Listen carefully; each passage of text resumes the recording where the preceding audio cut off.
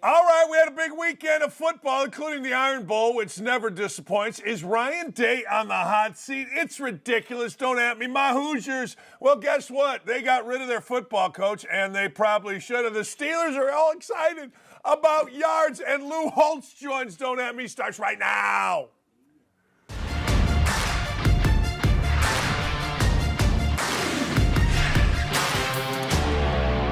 And you have missed me, and I'm so glad to be sitting back here in the big chair. Welcome, welcome. Even Lula's excited. She's up there barking. Ryan Day got beat by the Ohio State. Oh, no, by the, what is it, Michigan University? I don't know, but here's the problem. Here's what you got. Let's break this down. So Ohio State goes into Michigan, plays a good game, but they make two costly mistakes. And in terms of the game, you got to give Sharon Moore and Jim Harbaugh credit. It was about as clean a game as you're going to see. Penalties did not rule. There were no turnovers by Michigan. There was a bad call, at least if you're an Ohio State fan, in the end zone that resulted in the game-winning touchdown for Michigan. But I got to tell you, when you look at well-coached teams, Michigan is a well-coached team. When you look at well-coached teams, Ohio State's a well-coached team. There's always going to be complaints about a variety of things. There's always going to be complaints about clock management, man. You didn't manage the clock. Whatever. All right, whatever. See, my complaint, if we're just talking about the game, is Ohio State's defense under Jim Knowles, who they paid a ton of money to come over and run their defense, didn't get a stop late in the game when they had to get a stop to get the ball back to give themselves a chance. Everybody's complaining about the quarterback of Ohio State, and that's fine. You can do that, but the second interception wasn't on him. Here's the fascinating thing about football. A quarterback throws an interception when he's getting hit. I didn't hear one person, not one person, talk about the inability of the left side of the offensive line to protect the quarterback. The rush came from the left, that side. I didn't see one person, not one, say, well, you know, big fat lineman guy, he didn't do his job. You know what they said? Well, you know what? The quarterback's no good. McCord can't play. He's not. No. I thought it was the ultimate team game. I hear this from all you meatheads all the time. It's the ultimate team game. Enough about the game, because that's not what anybody really cares about. What we care about in this world is who's going to coach you, who needs to get fired, who needs to get hired, because as soon as you fire a guy, 2 seconds later, the world turns to, hey, man, who's going to replace him? We're doing that in Indiana right now. I'll get to that. So let's talk about Ryan Day. See, here's the problem Ryan Day has, and it's a big problem. Urban Meyer and Jim Tressel are Ryan Day's problem. Well, Dan, what do you mean by that? Well, let's be honest. Jim Tressel went 9-1 against Ohio State. He took over for John Cooper, who went, listen for this, 2-10.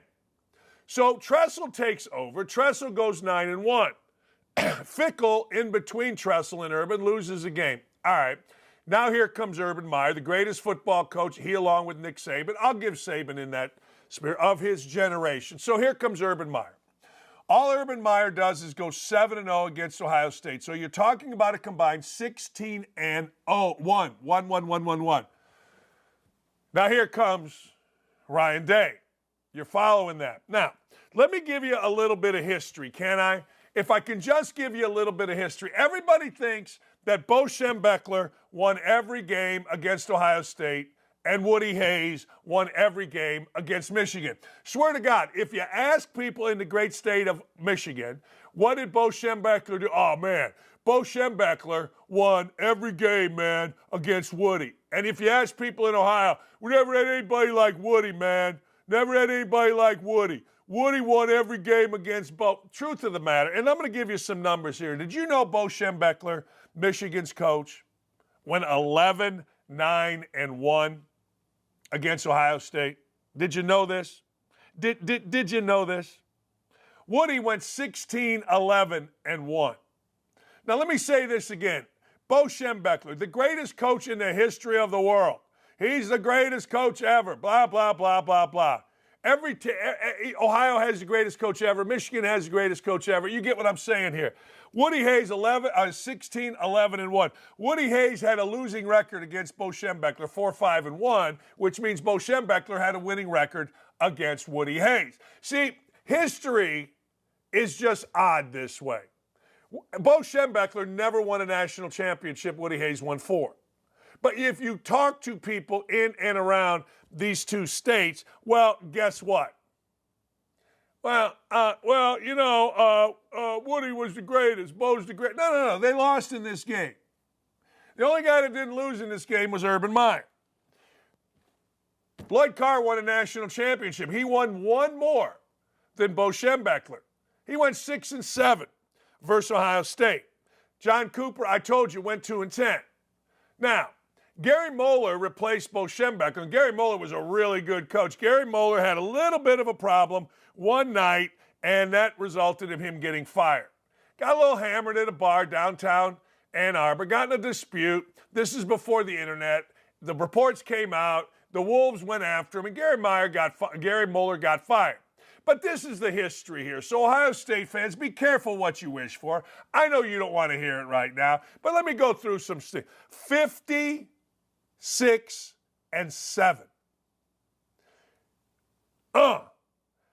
39-3.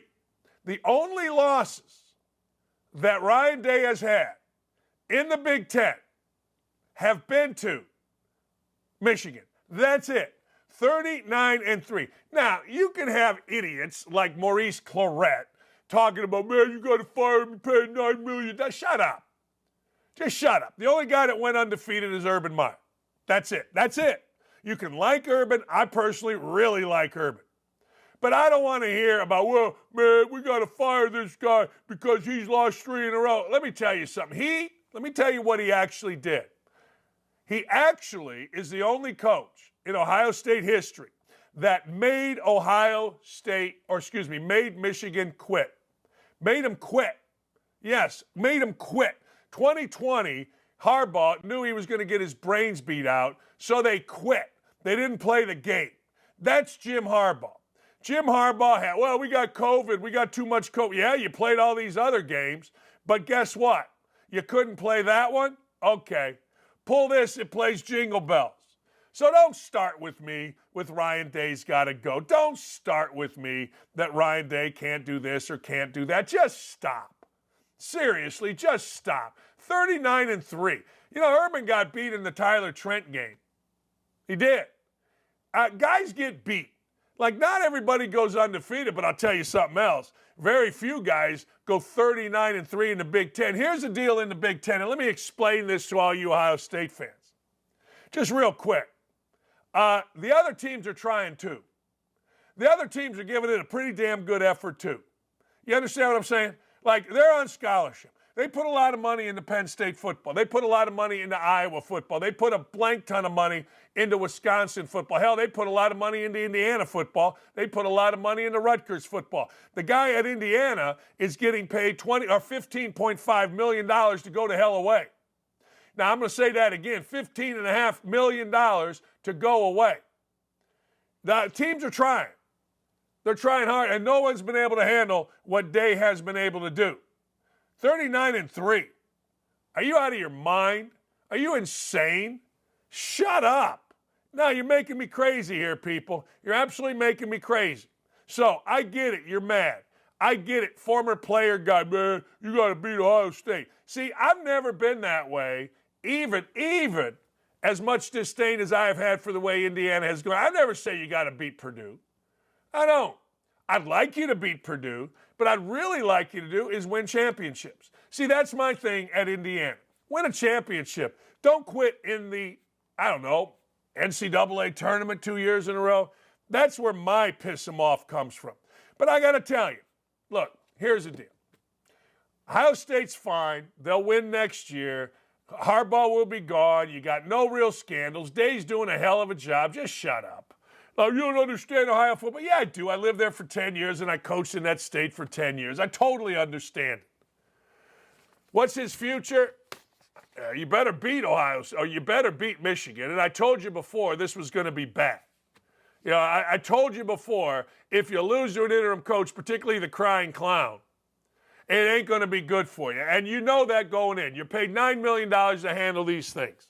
You actually paid $9 million to win national championship, but Harbaugh's paid more. So don't even give me that crap. But I'm going to go through it again. Bo Schembechler, 11-9-1. Dude didn't go undefeated. Woody Hayes had a losing record to Bo Schembechler in the 10-year war. Lloyd Carr won a national championship. He had a losing record against Ohio State.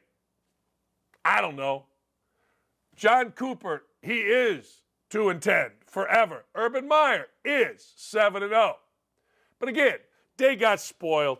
He did. He got spoiled. Hey, our friend Gregg Doyel, who I hate to waste even a moment on, is now saying that Aaron Rodgers didn't have an Achilles injury. Didn't tear his Achilles. That's what the doctor from Indianapolis is having to say. I hate to give this cretin, this adulterous, lecherous, horrible human being, any time at all. But it's a bigger, broader issue. See, this guy Doyle does what a lot of media guys do. He is biased as hell over something he literally knows nothing about. He's biased because Aaron Rodgers is anti-vax. He's biased because Aaron Rodgers goes on McAfee's show and spouts it. He's unafraid. This is what I've told you about the media. Not just about this little cretin Doyle, who's insignificant as hell. Like, look, there are going to be most of, if not all, Doyle's lies about me will be exposed here in the next couple of days. He wrote an article a couple of years ago. Total lies used of just ridiculous. But anyway, Doyle is a pathological liar. He cannot tell the truth in articles and privately. Just can't do it. So here's the deal. Whatever he says doesn't matter. Let's eliminate Doyle from this conversation. The thing about it is this. The thing about it is this is bigger. The media will do anything they possibly can to promote a far right crazy, a far left crazy agenda, anything. Guy goes on a show, Aaron Rodgers. He just says what it is that he says.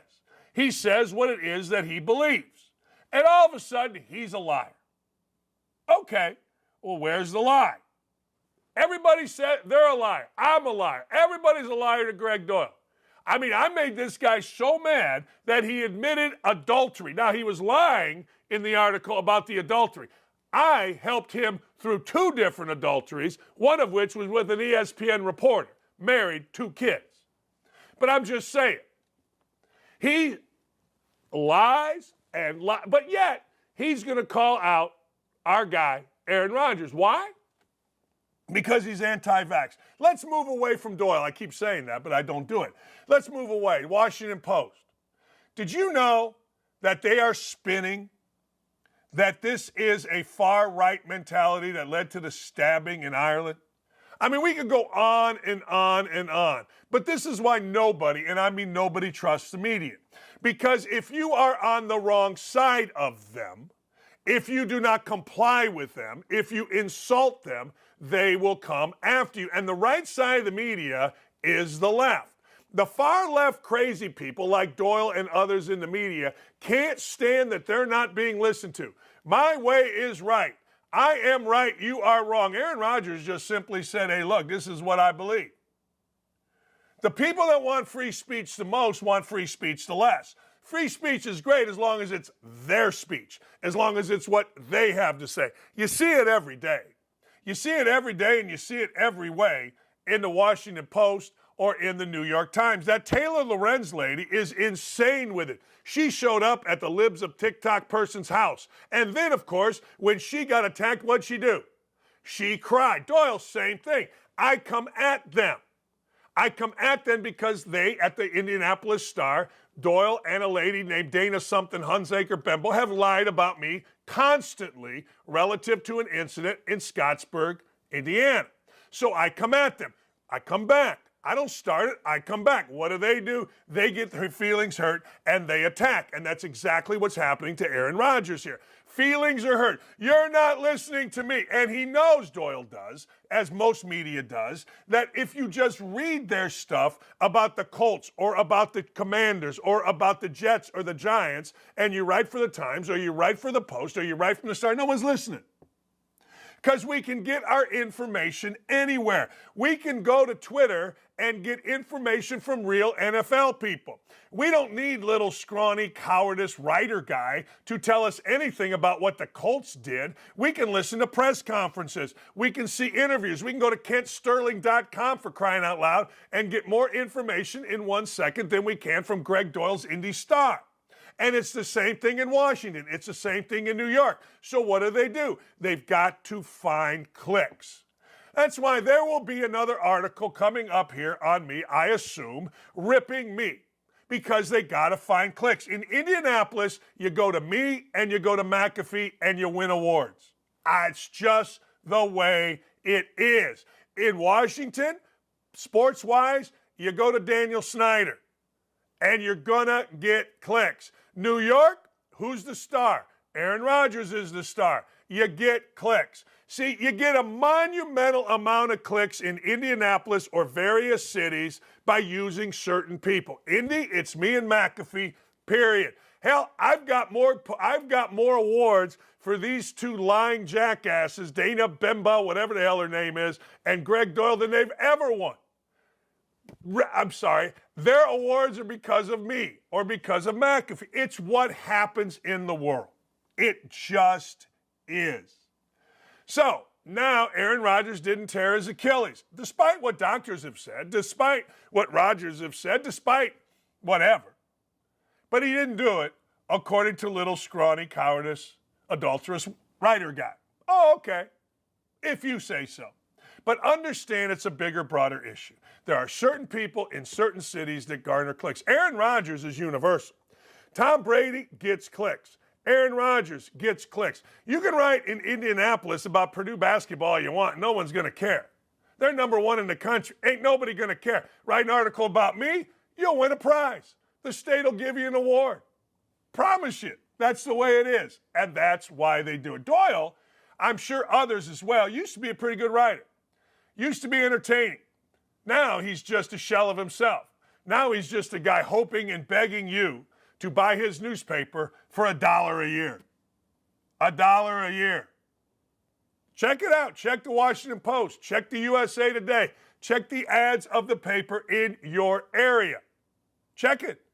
They're giving it away. 25 cents, first 6 months, $1 for the year. Why do you think that is?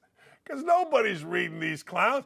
Look, I can go get every comment that the quarterback Minshew made. I can get every comment that the quarterback Sam Howell made in Washington, every comment that whoever's quarterback in the Jets, Boyle or Danny DeVito or Tommy DeVito makes in you. I don't need some little scrawny writer guy that never played, never coached, can't wipe his ass with either hand athletically, telling me what's going on with my team. And then I can get actual NFL guys with insight. I don't need the Star, the Post, or the Times. Come on. They need you. They need you for clicks. So there you go. Man. All right, Mike Elko gives me gas. I'm tired of Mike Elko. Mike Elko came out. If you don't know who Mike Elko is, he spent 2 years at Duke. He went 5-3 and then 4-4. Oh, he lost his quarterback. Hey, look. I lost my 3 best players at Bowling Green 5 of 10 years. I lost my 2 best 7 of 10 years. Nobody gives a rat's ass. So let's go through this. So Texas A&M was going to hire Mark Stoops. People got mad. A lot like what happened with Greg Schiano in Tennessee. People got mad. They revolted. And Texas A&M was dumb enough to put their finger in the air and, wait a second, okay, we can't hire Mark Stoops. We got to find somebody else. So they went to Duke. Now, you got to understand this. They go to Duke, guys, 5-3, 4-4. I'm going to give you a couple things. Mike Elko, 5 of his 16 wins. He's got 16 wins in a couple years. 5 of his 16 wins have come against teams with a winning record. Power 5 teams with a winning record. 5. That's it. That's it. And this guy is going to replace Jimbo Fisher. This guy who was on Jimbo Fisher's staff is going to replace Jimbo Fisher. Now, that's not the worst part of it. See, here's where I tell you and I tell you and I tell you, college football coaches are completely full of crap. They stand up there, it's game week. They got their tie and their jacket. It's game week. And you go, yeah, it's game week.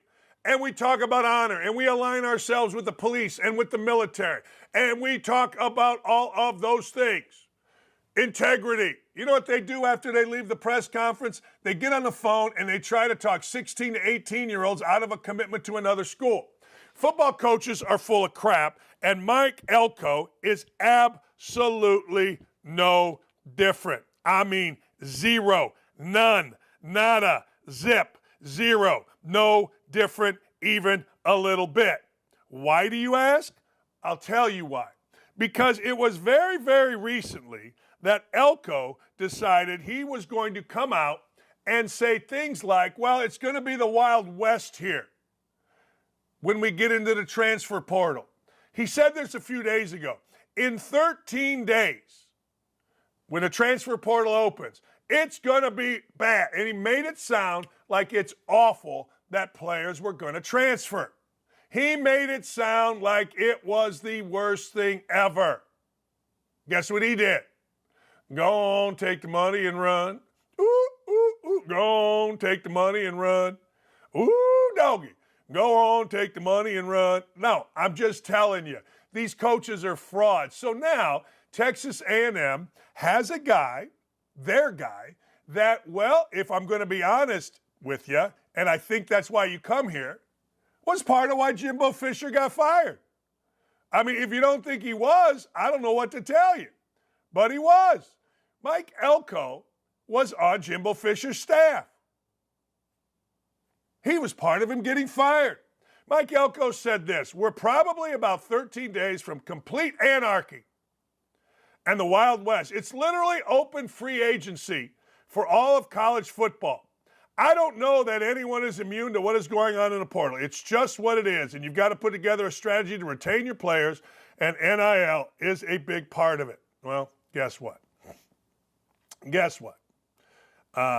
He's the guy that ended up leaving. And look, on the surface, that doesn't seem bad, right? On the surface, you're saying to me, hey, Dakich, what's wrong with that? Well, the deal is this.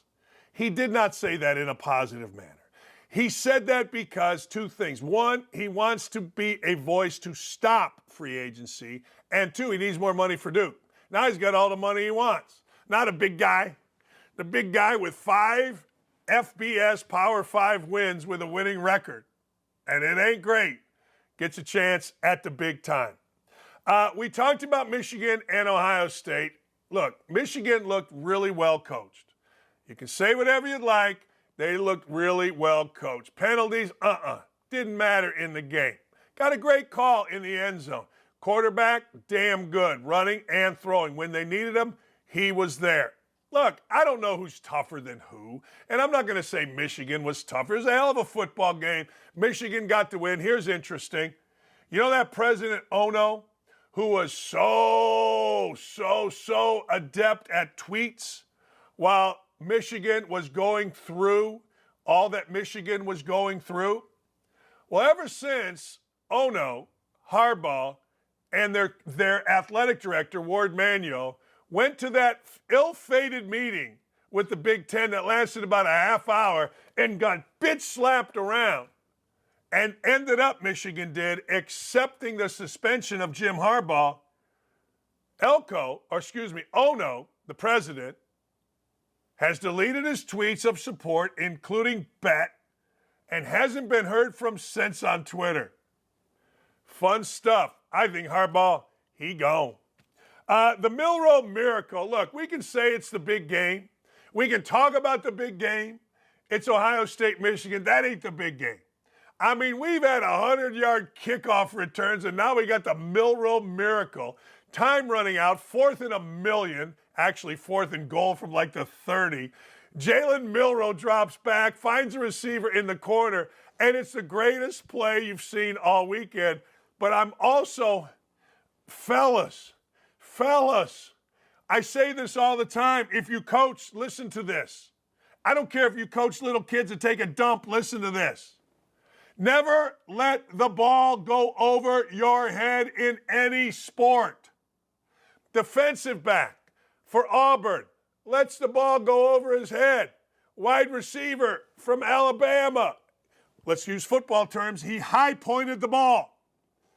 touchdown, unbelievable, and then they got the cover on a pick six. It was the most unbelievable 43 seconds maybe in football history. There have been a lot of them, but maybe, just maybe the greatest. And now, I don't know what the hell you do with Alabama. See, here's Ohio State's day. They lose to Michigan, but about, halfway through all of these games, it's looking all right. Alabama is going to lose to Auburn. They're out. Washington looked like they might lose to Washington State, and they were going to be out. And then all of a sudden, whoop, it flipped. WSU ends up losing to Washington. Now, I don't know what Michael Penix was doing, but I would not vote for him for the Heisman Trophy. What a drama guy. What are you doing? Like, maybe he's throwing up in a bucket on the side. Hell, I was throwing up on the sideline when we beat Michael Jordan. I got up and started dancing around and celebrating because we won. Michael Penix missed a hell of an opportunity. I would not vote for him for Heisman. First, he didn't play very well. Second, he looked like a little drama kid. He's got his hoodie on. They just won a game. I don't care if I'm half dead. I don't care. I'm puking in a bucket with a towel over my head on the sideline, looking up as Alford and Giommi and Uwe are making free throws. I'm puking my guts up. I put a towel so nobody sees me. And when we win, screw that towel, wiped the puke, threw it away, and went and celebrated. Michael Penix had a great opportunity to show his gratitude. Michael Penix had a great opportunity to show love for a kicker that hit a game-winning field goal in the biggest game of the year. And what did he do? He put his head and walked off with a security guard. Michael Penix, my ass. That's all. I don't care. I did this. None of you did this. I did this exact thing. I got people saying, well, he was puking. Yeah, I don't care. I was puking. I asked a big old security guy, hey, give me that yellow bucket, will you? I grabbed a yellow bucket. I didn't want the world to see me puking. I put it in front of me. I put a towel over my head, and I'm puking. On the bench in the Omni, 1984, as we're whooping Michael Jordan's ass. I peek up.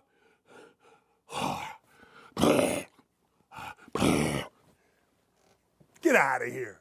Get out of here with that, Penix. I hope you lose to Oregon because Bo Nix is a stud.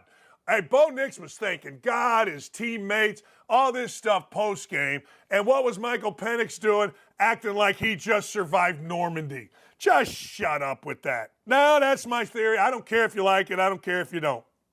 And the smartest guy that I know, a few weeks ago, I told you about Junior Bridgman being the richest guy, you richest player, former basketball player you've never heard of. Well, this is the guy, my friend, that put all his deals together. Hey, Dan, and his son played football at Indiana. Dan Penix really struck a nerve. You're among the only ones that call him out. How disrespectful is that of your kicker? It said, look at me. Look at me. I'm going to put my head in a cabinet and puke. Not, I'm going to live and die with my teammate. We're in this together. I'm going to celebrate with you. You hit this. I've seen you hit it 100 million times. You got this. Instead, Penix is sitting in a corner. While Bo Nix looked regal after the game. He did. He looked regal. Positively regal. Penix looked disturbed. Good for Bo Nix. Bad for Penix. Good for Indiana. Indiana fired Tom Allen. Now, look, you got to always do this with Indiana. Tom Allen's a great guy. He's a great man. Love that Tom Allen served. Leo, blah, blah, blah, blah, blah. We hired a gym teacher. I said it at the time they hired, and then really I liked Tom Allen. I apologized to him for that comment. I did. I thought Tom Allen's a really nice man. He used to come on my radio show once a week, a deal we had with Indiana, and he would come on. And I'm like, all right. He's a good dude. I'm like, Coach, I apologize. In 2020, he was the coach of the year. And look, I try to follow Indiana football. I know the deal at Indiana football. I know they are going to crap the bed. I know their players are fraud. They've been fraud since 1973. They were frauds when I was in college. They always worried more about the party. And then when I coached there for 16 years, they were frauds. There's no reason to think they're not frauds. When something goes bad in Indiana football, it escalates and they stinks. So they were like 3-24 over the last 3 years since 2020. 3-24. And the former players in Indiana are complaining. Shut up, former players in Indiana. You're 3-24 last 3 years. Look, Indiana built a brand new, they said it's the biggest weight room other than Nebraska. Indiana did one of those idiotic videos where the players ran into their locker room and like little school kids went, oh my God, look at what we got. Yeah, shut up. They paid Tom Allen $1 zillion. And now all of a sudden they're not investing in the program. Just shut up. There's nothing to invest in. Why would you invest in that program? But here's what I would do. Dakich, you need a solution. I'll tell you exactly my solution. Indiana would never do this, although I have been texting with the athletic director, Scott Dolson. He's a friend. I'd hire John Gruden. No, let me take that back. I would talk seriously with John Gruden. Now, Jeff Rabjohns, who is the lackey for the athletic department, he's a guy that's a writer for this website called Pigs. Pigs, good guy. Rabfakes is a little lackey. He says Gruden is absolutely not a candidate. He's probably right. That was probably leaked to him by the athletic department, but that's stupid. You got the Big Four coming in next year. You got teams coming in that are going to try to kick your ass. And guess what? What are you doing? You need a miracle to compete in football. You need a difference maker. Gruden is from Indiana, or at least he lived in Indiana. He was a ball boy on our teams, well, Indiana's teams, before I got there. His dad coached at Indiana. He and his brother Jay grew up going to school in Indiana, so he's got a little bit of a tie there. I don't know what those emails meant or didn't mean. That's for you all to decide. I'm tired of, well, he sent emails 15 years ago and it's coded language. Shut up. Give me somebody in there that's going to coach. If not John Gruden, then I want Dan Mullen. Dan Mullen recruited at a high level at Florida, not as high as you all want. And again, be careful what you wish for at Florida. Guess who's not going bowling? Florida. I remember when Florida fans almost wanted to fight me, in fact, did want to fight me because of my defense of Urban Meyer. Yeah? How's that gone for you, Florida? Dan Mullen went like 17-6 at Florida. Wasn't good enough, so now Billy Napier's not going to bowls. I'd get Dan Mullen in right now. I'd be talking to him and his lovely wife, Megan, so fast it'd make your head spin.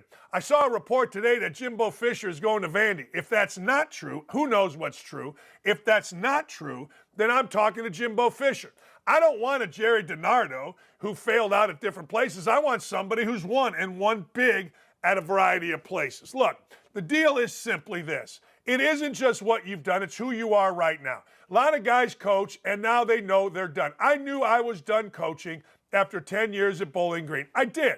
I'm like, look, Ed Orgeron said it. The shelf life of some is different. So I don't know whether Dan Mullen still has the fire, but I would find out. I don't know whether Gruden has the fire, although I do. I don't know whether Jimbo Fisher, I'm talking to Gruden's people, I don't know whether Jimbo Fisher has the fire. I got to find this out. But I also know this. You better not hire a damn high school coach, period. Dana Holgorsen needs to go back to Iowa. Dana Holgorsen, if you remember him from West Virginia, he got fired at Houston. Dana Holgersen's a brilliant offensive mind, and he actually coached with Hal Mummy et al., Mike Leach, when they put in all this spread crazy offense. Perfect scenario. Dana Holgorsen got fired. He needs to go back to Iowa. He needs to replace Ferentz's kid, and he needs to be the offensive coordinator. I care so little about that job. That's all I got for you. Michigan State's a truck stop. Let's be honest, it's a truck stop. You go in, yes, sometimes in the fall you can take a picture one side of canvas by the Cedar River, and it looks kind of nice. But it is a damn truck stop. It is. Trust me on this. The people there are like the little predator that goes in and takes a shower at the truck stop. It is a truck stop. So, when Michigan State folks were all about Urban Meyer's plane is flying from Sarasota to East Lansing. Urban Meyer doesn't have a plane. There's a plane leaving East Lansing that's going to Sarasota, which is where Urban lives, that's coming back. And I remember telling you there is 0% chance. Why? Because I asked. I said, yo, Urbs, they're offering you $100 million to go to Michigan State. You know what his answer to me was? I wouldn't go if they offered me $200 million. It's a truck stop. So they went from Urban Meyer to some coach named Jonathan Smith. Now, understand this. All the little ESPN sideline reporters, Jonathan Smith's a great hire. Shut up. You all said that about Tom Allen. I'll never forget all the little ESPN sideline. Oh, man, Tom Allen is just the greatest. He's so great, he's going to enter. I'm like, shut up. It's the same women, and I don't care. I'd say this about guys, but it's the same women that when Chip Kelly went to the Eagles, first half of whether it was Sunday night or Monday night, kept saying, yes, please. We want more Chip Kelly. Shut up. They settled. You get the coach from Oregon State. Oregon State. All right. That guy, man, you talk about a bailout. I would pay him 10 cents on the dollar. Like if Michigan State pays anything more than 10 cents on the dollar to some guy named Jonathan Smith from Oregon State, they're damn fools. Why? What's he going to do? What league is this guy going to coach in? What league? Tell me. Oregon State doesn't have a league. Washington State doesn't have a league. So if I'm Indiana and I want Washington State's coach, I give him 5 cents on the dollar. Look, what are you going to do? What, are you going to coach in the Mountain West? Where are you coaching next year, Slick? You got to know what you got. To you people in Indiana, you're a Big Ten job.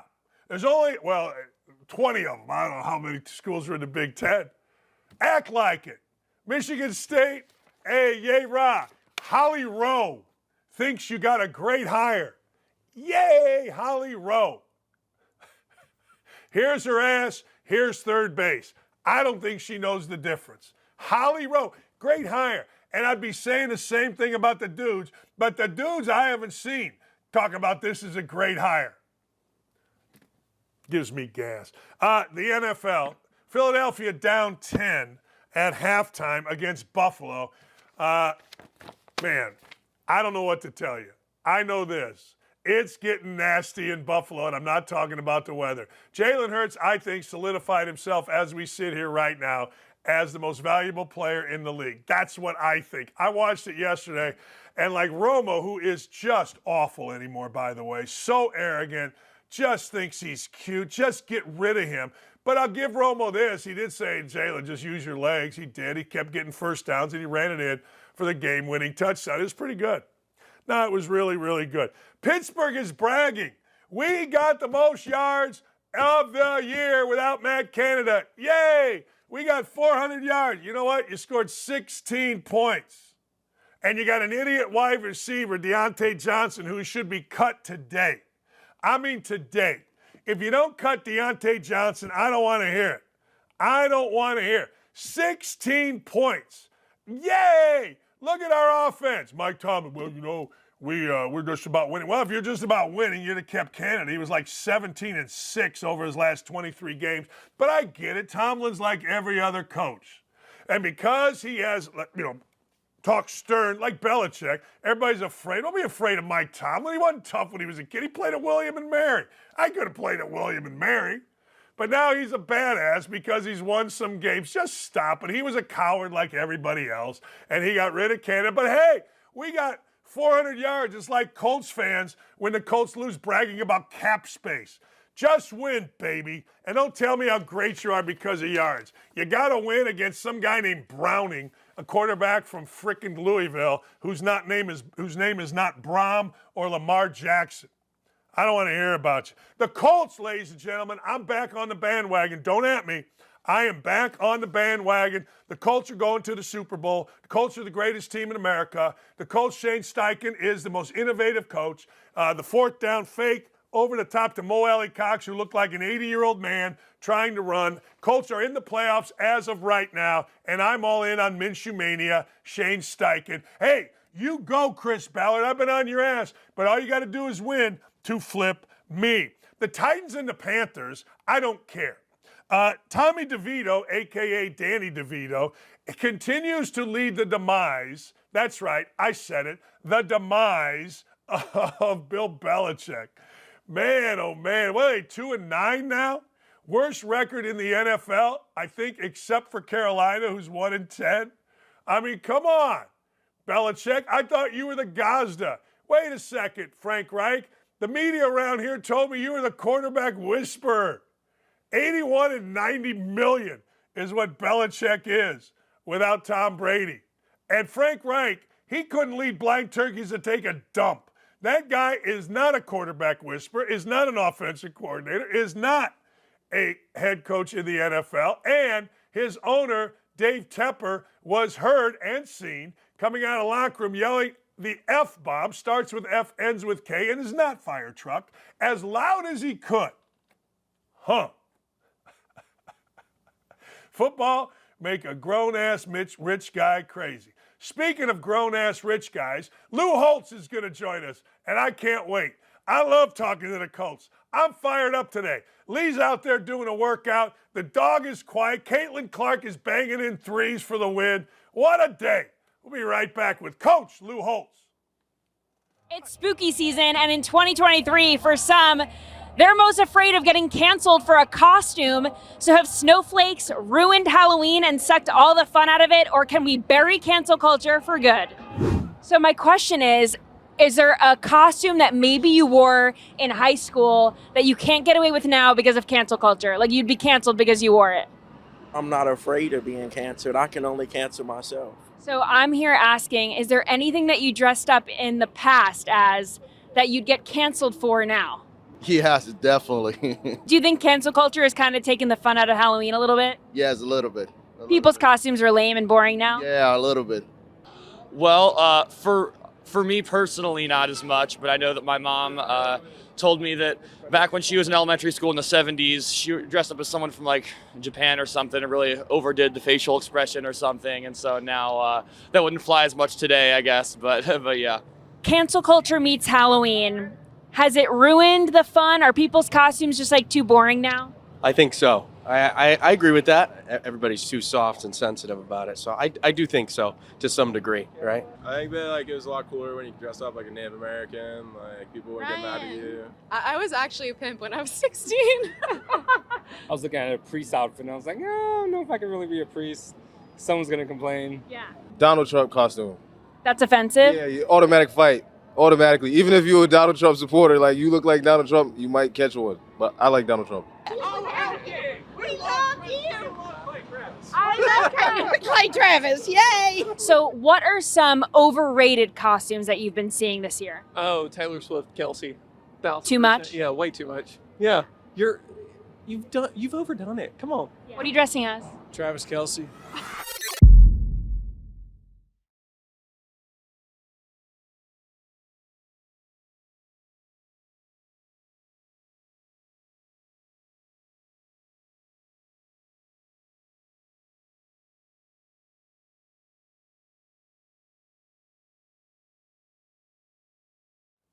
This is the third time we've had the great coach and great man, Lou Holtz, on with us.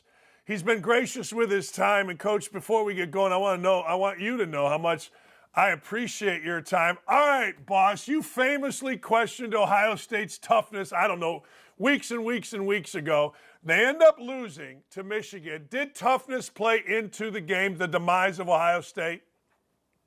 Well, it always plays an element of it, but I thought Ohio State played very physical on defense. I thought their defense played very, very well the entire year. But you have to understand this. This is Ohio State-Notre Dame game. I'm on Notre Dame campus. I'm on the show. There's all kinds of thousands of Notre Dame fans. What am I going to say? That Notre Dame's no good? No, you're going to play to the fans, so to speak. But I also felt my heart that Ohio State was under a very physical football team on offense. As far as running the football, they can't do it on a consistent basis. And they had one run over 9 yards against Michigan, and their longest run was 12 yards total. I think that Ohio State has nothing to be ashamed of. They played a good football game. They just got beat by a better team and didn't make the mistakes that Ohio State did. The 2 turnovers were critical in that football game. Coach, the last turnover, the interception, here's my question. The kid throws the ball, McCord. He gets hit. Everybody wants to blame the quarterback. I didn't hear one person question the left side of the offensive line. Like, I get it. It's football. It's the quarterback. But damn, everybody's involved here. People bitching at the quarterback. I don't know. Maybe you should say, hey, wait, left side of the line. How about protecting the kid? Well, you don't do that because of the element of the team. But the fact is, it is a team game. And nobody throws the ball very well from a supine position. You have to be able to protect them. In addition to that, Ohio State was panicking. They had to score quickly. Late in the game, they're down by 6. They have a chance to win it. So those things happen. But you have to have good protection, and they didn't provide him with adequate protection. The great receiver, though, did catch passing for 118 yards and 1 touchdown, and that was a good performance by him. But Michigan was a better football team, and for the 3rd year in a row, Michigan has beaten Ohio State, and having coached Ohio State under Woody Hayes when we were fortunate enough to win the national championship, that is a big game. You don't lose to Michigan. John Cooper had a pretty good record, but he could not beat Michigan, and consequently he was no longer there. Now, they aren't going to get rid of Coach Day. He's done a tremendous job, but he does have to beat Michigan. Yeah, I went through this earlier today because sometimes we forget. All right, Woody Hayes was 4-5-1 against Bo. Woody Hayes was 16-11-1. Bo Schembechler was 11-9-1.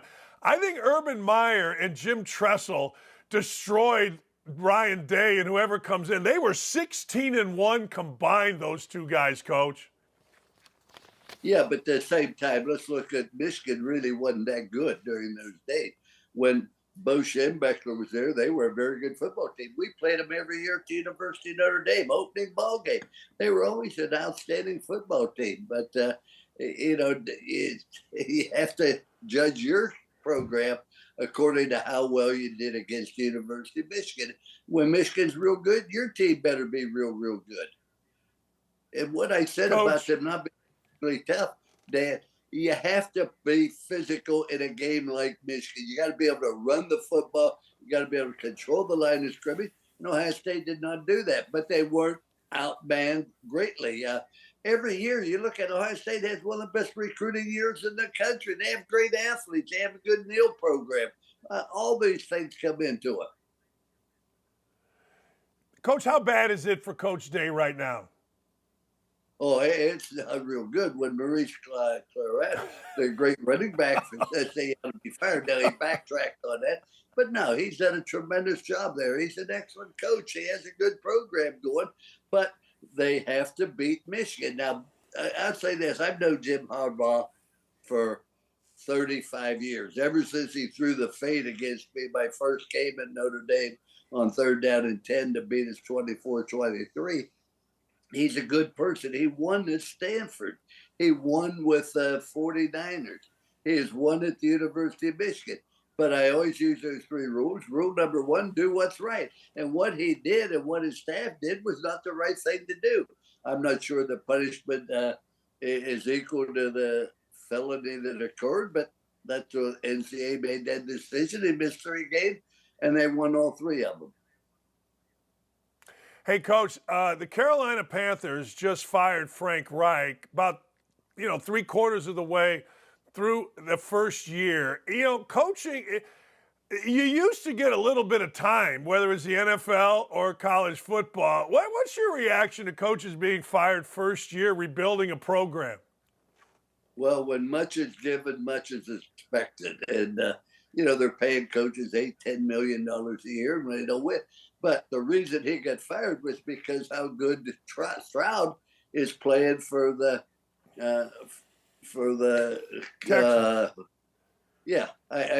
he's having a tremendous year. They're competitive. They could have won the football game against Jacksonville and taken over first place. Their field goal hits the crossbar and bounces back on the last play of the game. So when they're having great success and you had the number 1 draft pick and you didn't take him, and why can't we have equal success? That's what happens. And people are impatient. I remember, Dan, when I started coaching, I'd go to the coaches convention and as a young head coach, and the head coaches would get together every night in somebody's suite, whether it was Bear Bryant, who had been in Alabama forever, or the guy at Penn State, Rip Engel, Schwartzwalder at Penn State, at Syracuse. So these coaches were there forever. You look at Wally Butt and how long he was at the University of Georgia. You look at Auburn there. So that's when, but then again, let's remember, I made $110,000 at Notre Dame after we signed the NBC contract, after we increased the stadium to 80,000, after we went to 9 straight January 1 bowls, the Sugar, the Cut, the Orange, and the Fiesta. Those are the only bowls we ever went to. And yet I made $110,000. And then they weren't very patient. I mean, they wanted to win. We'd go 9-2, and everybody'd be mumbling while the program's going to hell. We don't have a chance anymore. Man, the collar. I went to Catholic school. I went to Catholic school an hour away in Gary. The collar don't pay, right? The collar ain't paying. Freaking collar, it don't pay. The head coach couldn't make more than the priest. The priest was stuck about poverty. But I also went to a Catholic grade school, St. Aloysius, taught by the Sisters of Notre Dame out of Cleveland. And every Friday, we'd pray for Notre Dame's success. We marched out every day at noon, recess, and dismissal to the Notre Dame victory march. So that just comes naturally. And that's why I think Notre Dame's recruiting. You look at the top high school teams, Dan, over half of them are Catholic, and so you should have a home field advantage as far as recruiting a Catholic high school. So Notre Dame will always have pretty good talent. They should always compete for the national championship. They did it this year. We had a good year. We're 9-3. We may win the bowl game. 10 wins. That's great. We did not have a great victory. We could have had one against Ohio State, but that didn't work out. But I like where the program's headed. Yeah, the nuns called me in a room and yelled at me when I committed to Bobby Knight and Indiana. The nuns were pissed. Why didn't you go play for Digger? I said, Digger doesn't recruit Indiana kids. They did. Hey, Coach, I do want to ask you about Texas A&M. You pay a guy $77 million to go away. I'm sure the coach from Duke is a good coach, but damn. 77 to go away.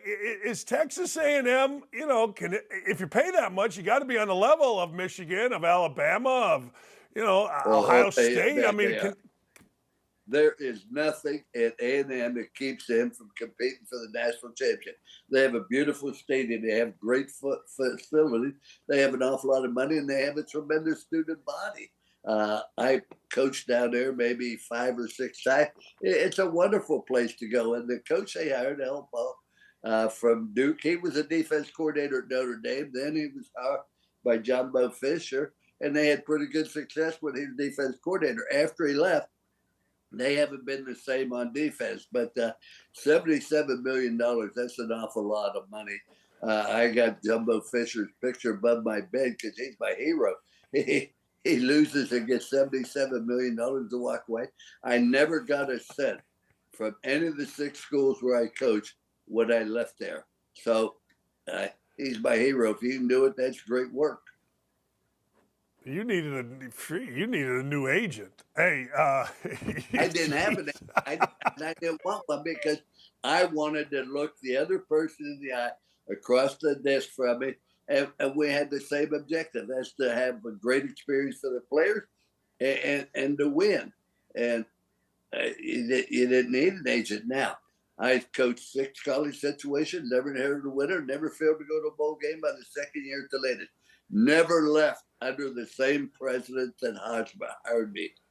When they hire a new president, you're not their guy. You don't need them anymore. They want their own guy in there. So I never had an agent. That was a mistake. I look back on it now. I'm still working. That was a mistake. Yeah, I think you're doing just fine, Coach. I got to ask you, you coached obviously in the state of Indiana for a long time. Indiana job, now they gave that guy $15.5 million, and he went 3-24 last 3 years. That's a pretty good deal. What do you think? How do you bring Indiana football out of where Indiana football has been forever? I think that there are 2 schools in the Big Ten that should win more than they do. One is Indiana, the other one's Illinois. Why Indiana? It's a beautiful school. The weather is much better than it is in Minnesota, Wisconsin, Iowa, etc. Number 2, you're close to the state of Ohio in recruiting. And with the NIL, you have to get the alums to step up, and every school has wealthy alums. But they should be able to recruit good athletes there in Indiana. You're playing in the Big Ten. There's no reason. But you have to build a culture. And Indiana does not have a culture. See, you go through 4 stages, Dan, when you take over a situation. Stage number 1, you learn how to compete. And you can only be competitive when you execute the fundamentals, blocking, tackling. That's where it starts. After you learn to be competitive, you got to learn how to win. You learn how to win by doing little things. Everybody does the big thing. The good teams are the ones do the little things. Then you go through stage 3. You learn how to handle winning. once you start winning, everybody forgets what it was like. They take it for granted. Players coming in there expected to win. And that's where all kind of problems start. Once you learn to handle winning, then you go through stage 4, where you develop the culture that brings about a championship. And that culture is when the players take charge of the team. They get on the players coming in. That isn't the way we do things here. That's not the way we practice, etc. When you develop that culture, it just sort of carries over. And you look at all the good schools, they develop a culture. And Indiana and Illinois has never really developed a culture. The reason I've liked Illinois, first game I ever saw was 1947, Pittsburgh versus Illinois. Second play of the game, a little back by the name of Buddy Yen, went about 70 yards for a touchdown. I fell in love with him because it was so small.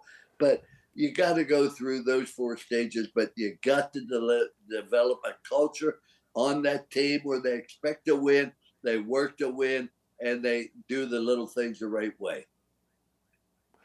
Coach, it's funny you say Illinois, because Coach Knight and I used to talk about it all the time, that Illinois was probably the most underachieving basketball school as well. For a lot of what you're saying, they went to a Final Four, never won a national championship, but there's players that are there. I want to get into something else with you, Coach.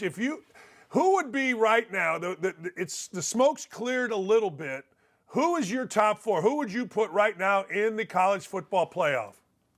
Well, you can't do that, but about 12, 15 years ago when I was doing TV, I complained about 4 teams. I said, you got to go to a minimum of 8 teams. Now, there are 8 teams, Dan, that have a chance to play for the national championship. In the top 8, 4 of them are undefeated. The 4 undefeated are Georgia, Michigan, Washington, and Florida State. Then you have 4 teams with only 1 loss: Alabama, Texas, Ohio State, and I think it's Oregon. So it's going to come from that. And Oregon's going to play Washington. I think Oregon will beat Washington this time. That will put Oregon or Washington in. Georgia's going to play Alabama. One of those 2 are definitely going in. Michigan is going to beat Iowa. If they score a field goal, the game's over. But so you're looking at Michigan. Now, what happens if Florida State gets beat by Louisville? And that could happen without their quarterback. I think Florida State's an excellent football team. I think Coach Norvell has done a tremendous job there. He's developed a culture on that football team at Florida State, which they haven't had since Bobby Bowden left. So now, if they do get beat, are you going to take a 1-loss Alabama, or if Alabama wins, you're going to take a 1-loss Georgia, you're going to take a 1-loss Ohio State? What are you going to do? But I think 3 of them are pretty much set, Dan. But there's still 8 teams with a chance to be in that final group, and a lot of them will be determined this weekend.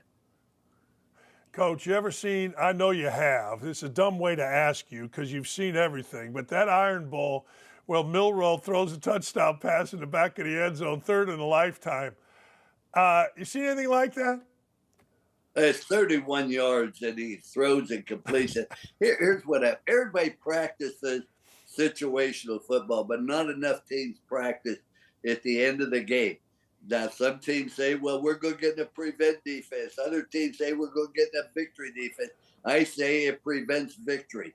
And what happened, they didn't rush anybody. They had 2 guys there making sure he didn't scramble. Let him scramble. He ain't going to go 31 yards without somebody coming up and tackling him. I think the best thing you do in a situation like that, rush 5 people or rush 4 and have one of them spy to make sure that he gets rid of it on time and get back there and play the ball. It was unheard of.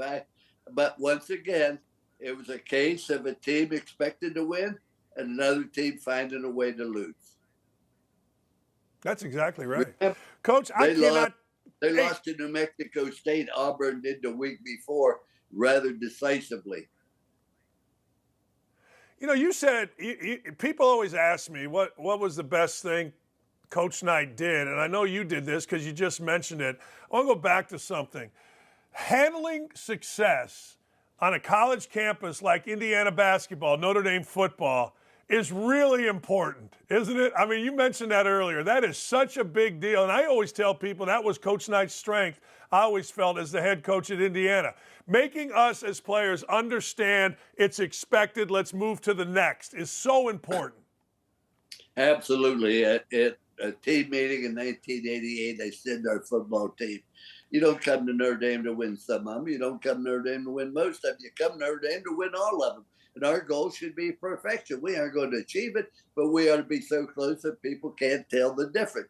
It's the expectations that the players have and understand what is the demanded of them. I think Coach Knight was a tremendous basketball coach, but he's also an honest coach. He ran an honest program at Cleveland, and I admired him so much and enjoyed him so much. But you got to develop a culture where the expectations of your players, they understand. And when you have a team, everybody has a role. Not everybody can be first team. Not everybody be All-American, but everybody has a role, and I expect you to do that role the best of your ability. You may not want to. You may want to fail, and that's your right. But you do not have the right to cause other people to fail because you don't fulfill your obligation. Maybe your obligation is to be a good scout squatter, to give them a good look, so that when they get the game on Saturday, then it's not that difficult. Maybe the roles to cover kickoffs. Maybe the roles to be a third down receiver. Whatever the case may be, whatever your role is, you must understand your role, and you must be willing to do that. Too many times in losing situations, this in basketball, the great basketball teams are the ones in the last second. They know who to go to, who's the number one option, who's number two. But when you have a team where everybody wants the ball when it's a critical time, they don't want to accept their role. They want to have their role be the star, and that can't be. Coach, I can't tell you how much I appreciate talking to you. It is the highlight of my week when you come on, Coach. Thank you so much. Well, you've had a bad week, but thank you for having me, Dan. It's only Monday. Come on, it's only Monday. Thanks for having me. Thanks, Coach.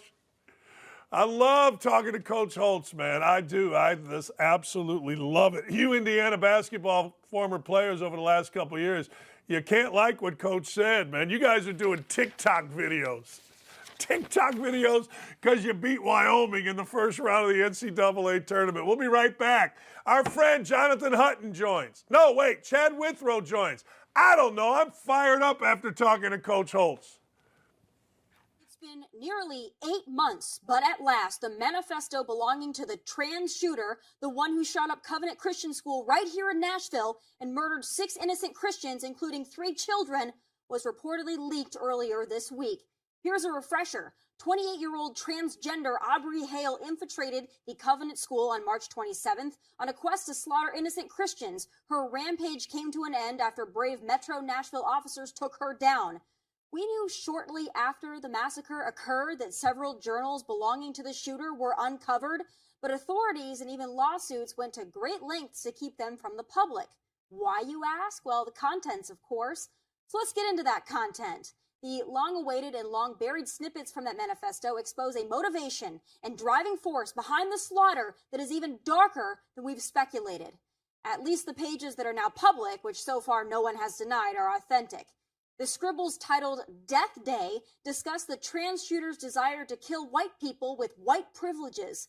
The shooter also gloats about being ready to kill and ready to die doing it. And those are just the parts I can read aloud to you on this platform. Let's be clear. These writings were never released by the authorities, as is typical for other manifestos, written by the more advantageous to the narrative perpetrators. These 3 pages were leaked by conservative pundit and host Steven Crowder. We don't know who gave him these pages, but you know what? Thank goodness he has them. It's BS that these writings have been hidden for this long. The public deserves to know what motivates hate.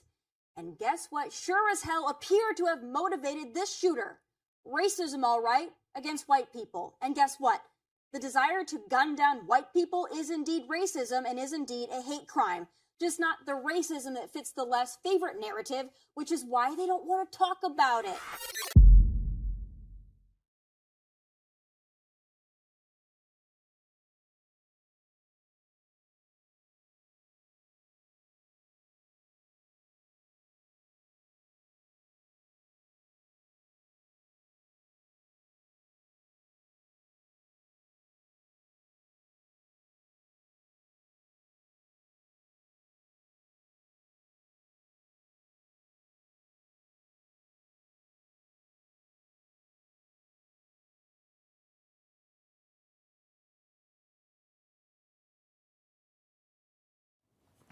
You know him, you love him, co-host of Hot Mike, our friend, Chad Withrow. All right, let's just go into it. Let's do this.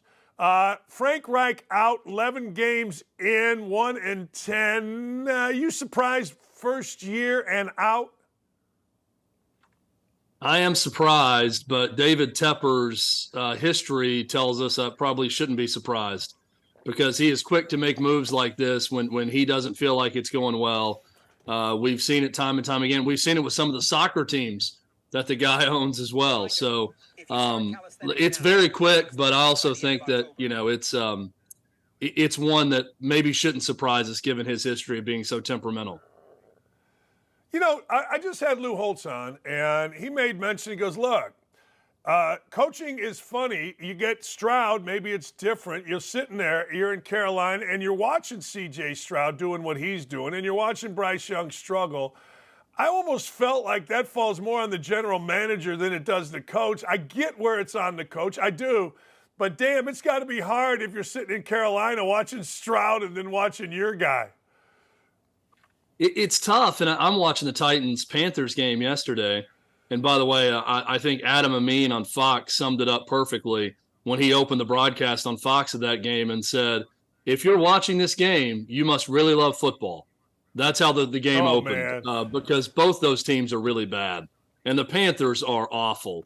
And the Titans had 17 points at halftime and didn't need to score again.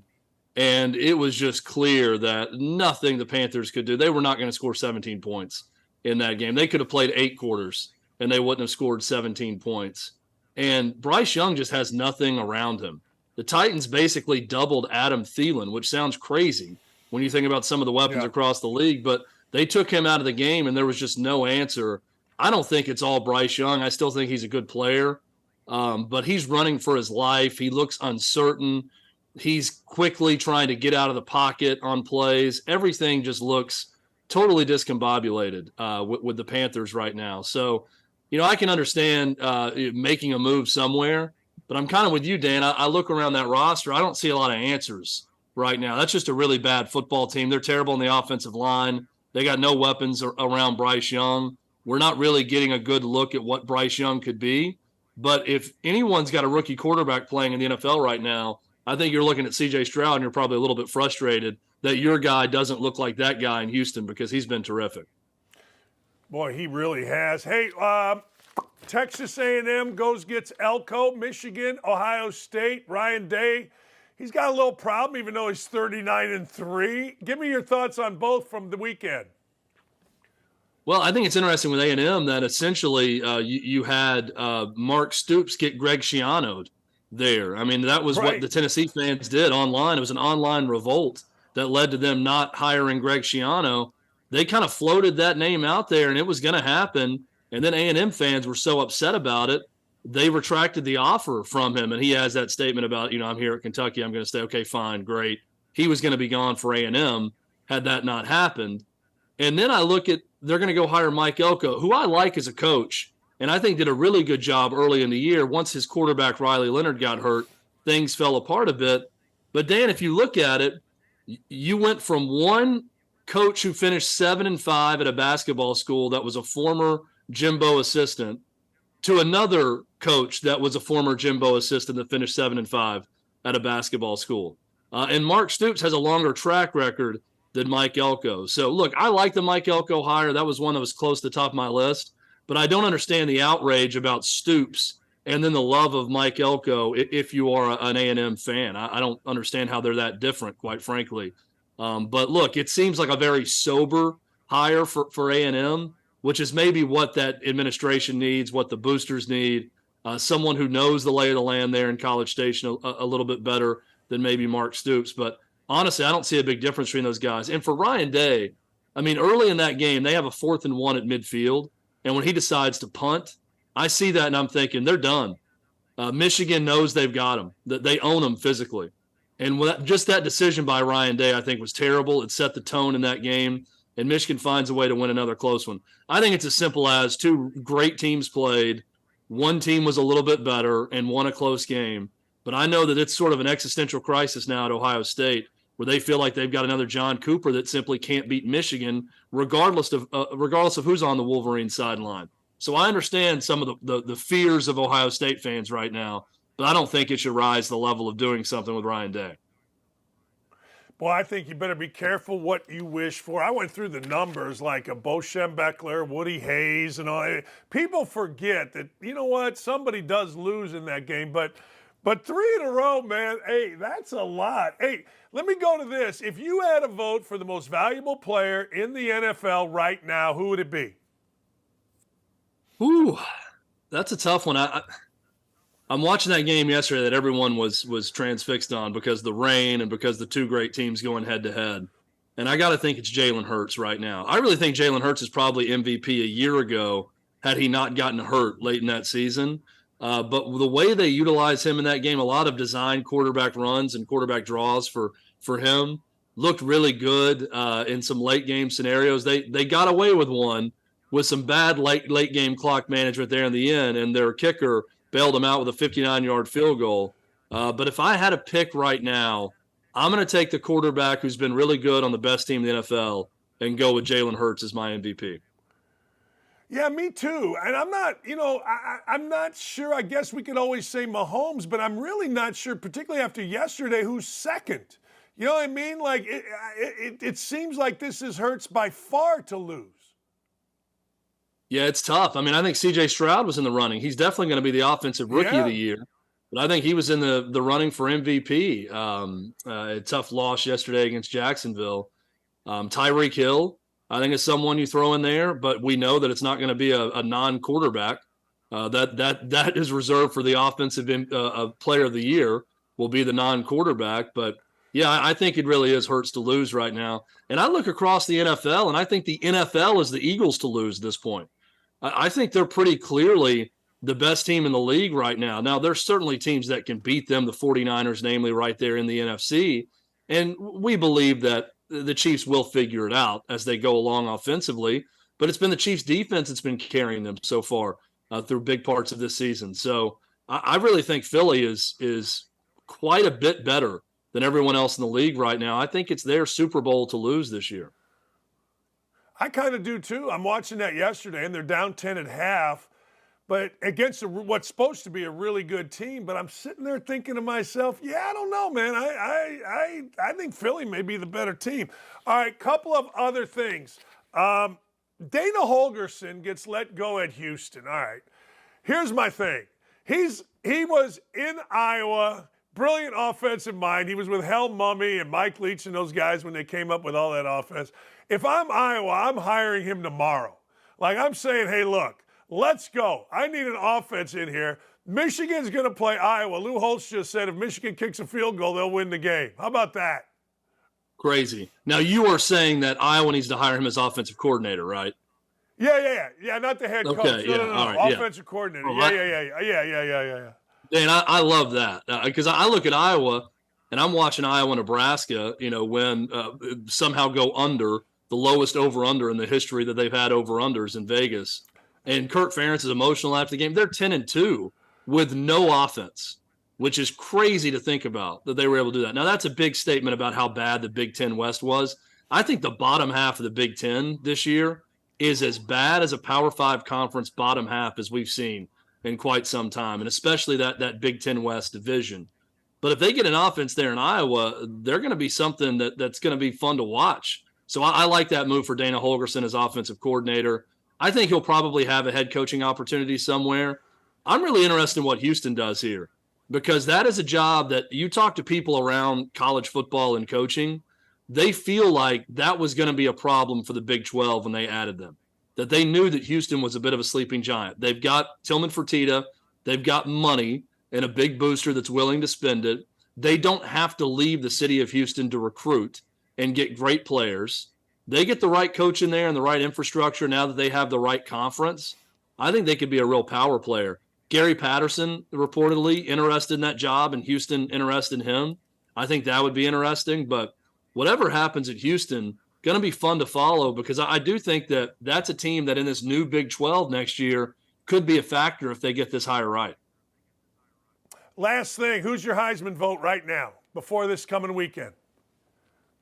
I'm still leaning, and I know he's like third or fourth in the odds right now. I'm still leaning Michael Penix Jr. at Washington. I've been most impressed with him this year, but I think that could change this week because Washington is headed one direction right now with the way they've been playing, even though they've been winning, and Oregon is skyrocketing and almost a double-digit favorite in that Pac-12 championship game. So Bo Nix could very well lock up the Heisman Trophy with a huge performance and a win in that Pac-12 championship game this weekend. No Jaden Daniels? I'm not as big on Jaden Daniels. I'm really not. I think Jaden Daniels is getting, for whatever reason, people feel like he's a second-round pick. And I'm thinking, why not Jaden Daniels as a top 5 pick in the NFL draft? Now, I see him right there with Caleb Williams, with Drake May as a guy that could go very early in the draft. And he may end up going there. But I'm still surprised to see a lot of second-round evaluations for Jaden Daniels, but I'm not going Jaden Daniels at Heisman. I'm going one of those two Pac-12 guys this year. Give me Penix first. Give me Bo Nix second. Yeah, and they get to play, so I don't know. Is the Heisman vote already in, or do they wait till after this week? They wait till after the championship game week, yeah, I believe. Maybe it's right before, but no, I think, they allow the championship games to happen. Then they have the vote. Yeah, smart. Thanks, my friend. Thanks, Chad. All right, Dan, we'll talk to you later today. Appreciate you. Yes, sir. I'm going to be 3:40. I can't remember what time I'm on, but I will be there. It's Hot Mike with Chad and our friend Jonathan Hutton. Don't miss it right here on all of your OutKick. You know, I'm tired of Stefon Diggs. I am tired of his act. I think he's a piece of I don't like him. I mean, every day. Stefon Diggs acting like a dumbass weekly isn't helping the Bills. Tired of his act, tired of his ass. Get him out. Talking about it now. Look, every time I watch the Bills, it's like you got to put a camera on this clown. You got to put a camera on him and go, well, I hope he doesn't act like an idiot. That destroys a team. Look, I say this all the time. Sack attack. When's the last time you saw a diva idiot wide receiver win a Super Bowl? Like, win. I'll hang up and listen. Win. You can say A.J. Brown, I guess, maybe, but he's not an idiot like this idiot. I mean, this idiot throwing towels every day, and he's like this big. One of these linemen ought to drop him on his frickin' head. Everybody wants to blame Josh Allen, and I get it. I totally get it. It's the quarterback. He's highly paid. And he's a white guy. So you got to blame him, right? No media is going to blame the black wide receiver. They're just not. You can say, well, that's racist. That's not racist. That's a fact. You know, big bad whitey here at quarterback's got to get the blame while idiot wide receiver acts like a dumbass. I mean, it's every week with this idiot. It's like, actually, it's every game with every idiot. Player empowerment, my ass. All it means is players acting like a jackass. That's what it becomes. That's all it becomes. Every game you wait for it. Winner idiot's going to fight. Winner idiot's going to act up on the sideline. It's every game. It's every game. You know a couple things are going to happen. In the NFL, referees, because of diversity, equity, and inclusion, because they wanted to get younger, more diverse, more women, the refereeing stinks. Van Pelt had a tweet yesterday that says, every week with this. Well, I've told you why, and I'm the only guy with the stones, the sack, to tell you why. Because they went from having experienced dudes in there to DEI. The arrogance of the officials telling a longtime official friend of mine, well, it took you 25 years to get here, it only took me 5. And it was all he could do to not say, well, you're diversity hire, nothing more.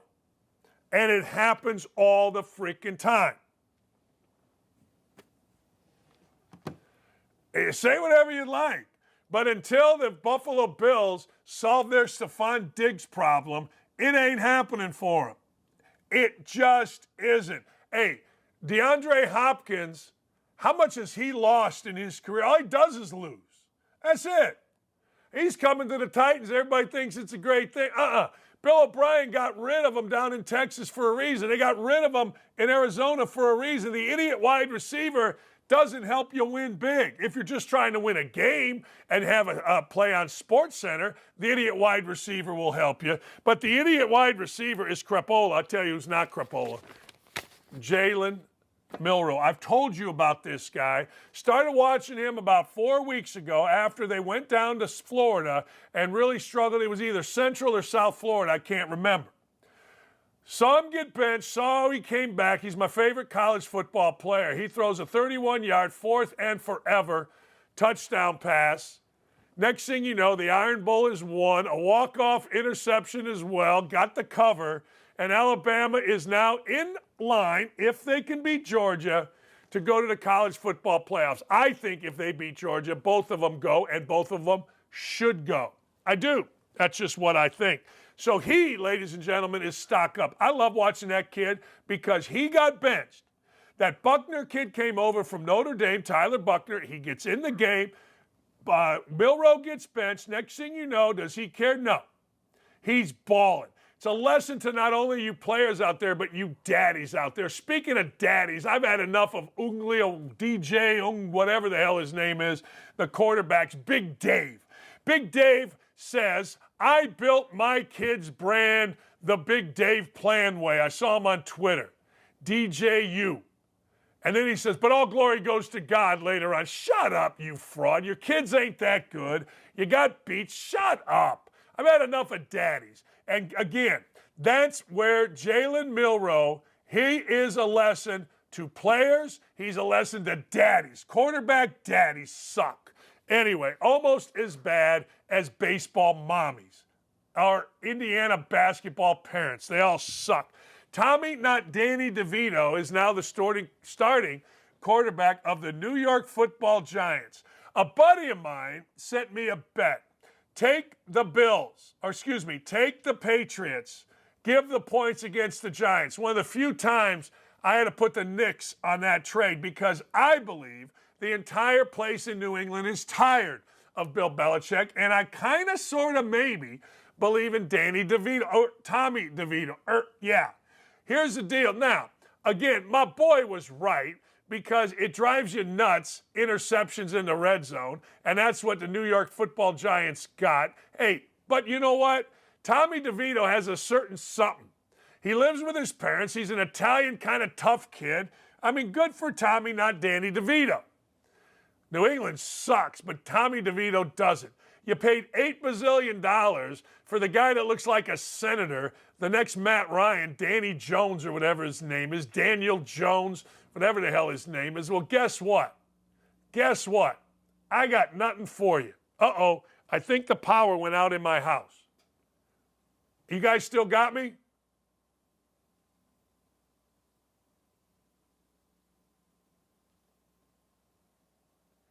Hello? Oh, good. Okay, let's keep going. Arch Manning, stock up. Girls swooned. NFL scouts lost their mind. The world went crazy because number 16 got in the game. All right, he got in the game. Yay, rah, go fight, win. And he looks just like Peyton. I've said this before. Look, before you crush me, I've thought about this. You haven't. Okay? Arch Manning ain't that good. I'm sorry, he ain't that good. You can play this back in a few years where he's the next Tom Brady and tell me I'm nuts.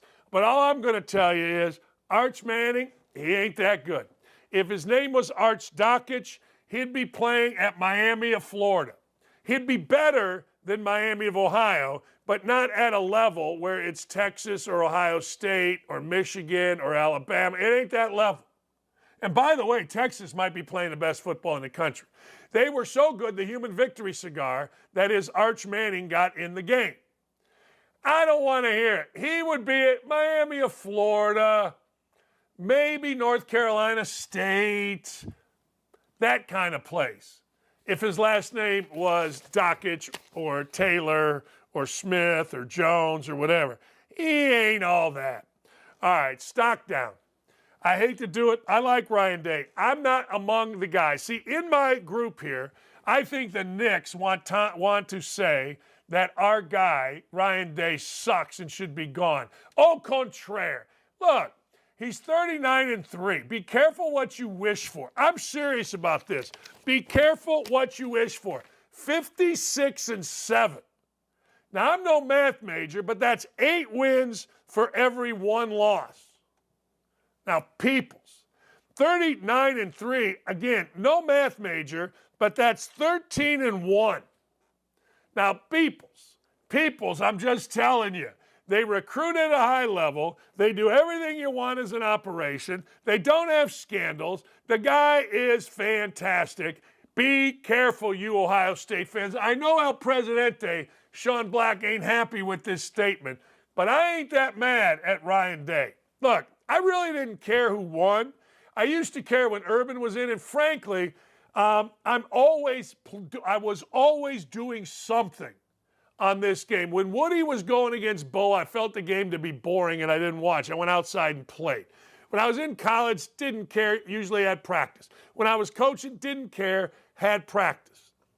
When I was broadcasting, I used to do an afternoon Saturday or game usually, so the game would start. I remember leaving hotel rooms. I didn't care. But now, when Urban took the job, I cared because Urban's my friend and I want him to win and I know how much he put into it. So the bottom line is this. I didn't really care who won for years and years and years. I really didn't. But I did the other day because I'm tired of cheats. Ryan Day got beat. I will say this. Michigan is a really well-coached football team. Really, really, really well-coached. And if you don't think so, you just have, scarlet and gray glasses. Really well-coached. All right, Tom Allen stock down. Now, look, I'm not going to go stock down on Tom Allen. I'm going to go stock down on former Indiana football players that are sitting there whining about Tom Allen getting fired. Great man. These guys wouldn't know a great man. These guys were out trying to shtup everything on campus and worried about where the post-game party is as opposed to winning. I've never really had respect for the Indiana football player. I liked some of them when I was there, my 16, 17 years. I was friends with some of them. I liked a lot of the coaches there. But it wasn't like I'm sitting there going, these guys are warriors. We always felt like Indiana football players were just one bad play away from the whole thing being a catastrophe. That started for me when I went there in 1981, and it continues today. Early in the year, I think they were playing Cincinnati, and I'm watching the game. We're at Nick's, actually, and at Nick's, we're playing Sink the Biz. Indiana gets stuffed or whatever early. Next thing you know, I think it was Cincinnati, Louisville. They go on a run. They break a tackle. I said to my daughter, my stepdaughter, my wife, this is the end of this game for Indiana because IU has no mental toughness in football. They complain, they whine, they piss, they moan, and they're doing it now. Well, you didn't invest. They invested enough to give their freaking coach $15 million. They opened up one of these big-ass weight centers. They had a freaking Taj Mahal built for the players. They're giving the coach $20 million. They're giving us, but yet that's not enough. What do you all need? Maybe it's the players and the former players that suck, have always sucked. It's a big bag of suck in your former players. I don't want to hear from you. You suck. You've always sucked. Indiana basketball, we didn't have nothing. I made like 40 grand as an assistant. Our locker room stunk because Coach and I didn't want you living there. We never bitched. We just went out and played. Did we win all the time? No. But we represented yo. Shut up, Indiana former football player. You're making me lift the cheek. All right, last, Mac Jones. I don't know what to tell you, kid. And I agree with what Rex Ryan said earlier today. Hey, you know what? Belichick, just name a starter. They both suck. They both can't play. You can't coach without Tom Brady. You've been exposed. It's sad, but you know what? Many times the emperor wears no clothes. That's just the way the world works. So the truth of the matter is, get yourself together, wipe your backside, Bill Belichick, figure out how to either lose to the point where you can get a quarterback in the draft that's going to win something for you, or figure out developing one of these quarterbacks. But I think that ship has passed. And Mac Jones, I used to be a fan, but I got to tell you, You got to go. You just got to go. All right, when we come back, I got a lot more. I got viewer emails. I got a lot of viewer emails coming up. Hey, Lou Holtz was fantastic. And by the way, we're moving. We are moving from YouTube. We'll get into that when we come back. A beast of a biological man, Artemis Langford, scored a major pervert victory after a Wyoming district court judge ruled the women, the real women of the Kappa Kappa Gamma sorority, couldn't prevent Langford from living in their sorority house. This despite their claims of Artemis, a 6'2" giant, having a visible erection around the ladies, despite their claims that Artemis would sneak photos of them at slumber parties, despite the fact that trans Artemis is a heterosexual with sexual interest in women and a Tinder profile seeking to match with women. This isn't just a miscarriage of justice. This is a perversion of women's rights, the feminist movement, and the right of real women to feel safe in spaces meant for them. I am repulsed and disgusted. But Artemis? Artemis reportedly broke down in tears after the judge dismissed the lawsuit, saying, quote, "Maybe I can just be another student on campus, another regular sister in the Wyoming chapter of Kappa Kappa Gamma. Maybe I can just be me." Or maybe you could have the decency to allow women to have a safe space of their own in a sorority house without having to be exposed to the outline of your erection, Artemis. But just look at how the joke of a news outlet, the Washington Post, is choosing to frame this story. Her sisters turned on her? Are you freaking kidding me? This situation is egregious enough without the media actively demonizing the women who simply wanted to feel safe in private in their own sorority house. And this is also downright gross. Why should the identity crisis of one biological male trump the safety, privacy, and rights of these young women? This is not a win for inclusion or equality. This is a win for perverts who will use this decision and this BS narrative to prey on women.